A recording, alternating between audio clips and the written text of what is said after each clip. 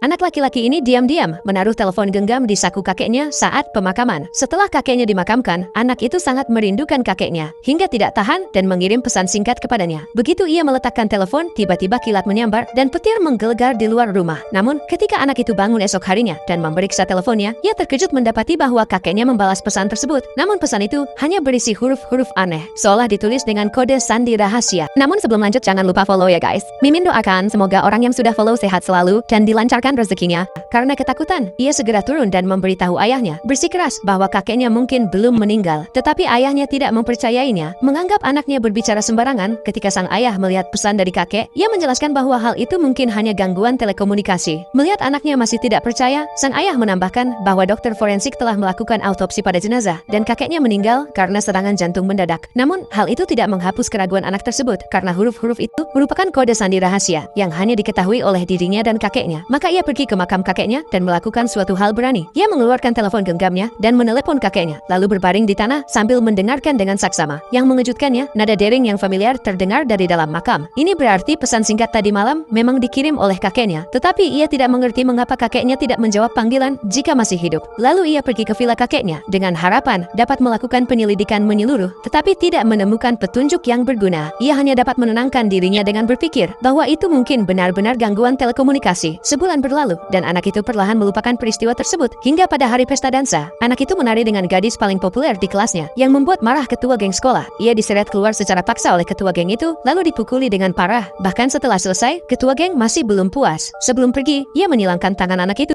dan menekannya ke tanah. Setelah pulang, anak itu bersembunyi di kamar mandi dan menelepon nomor kakeknya, mencurahkan keluh kesah tentang apa yang terjadi hari itu kepada kakeknya. Namun, yang tidak disangka anak itu adalah keesokan harinya teman-temannya mengirim pesan, mengatakan bahwa ketua geng sekolah telah hilang secara misterius. Anak itu tidak percaya sampai ia pergi ke lokasi dan melihat polisi membawa jenazah ketua geng tersebut. Barulah ia yakin bahwa semua itu benar-benar terjadi. Anak itu mendengar dari polisi bahwa posisi tubuh ketua geng ditemukan dengan tangan bersilang, sama persis seperti posisinya saat ia dipukuli. Setelah mengetahui kebenaran itu, anak tersebut terus melamun sepanjang hari. Ketika wali kelas menyadari ada yang tidak beres, ia menyuruh anak itu untuk libur sekolah dan beristirahat di rumah, serta mengatakan bahwa itu hanyalah kecelakaan. Anak itu memahami niat baik gurunya, tetapi dalam hatinya, ia tahu bahwa semua ini berkaitan dengan kakeknya. Maka pada malam hari, ia kembali menelepon kakeknya. Namun, tak disangka, begitu ia meletakkan telepon, kakeknya justru menelepon balik. Jika itu kamu, apakah kamu akan menjawabnya?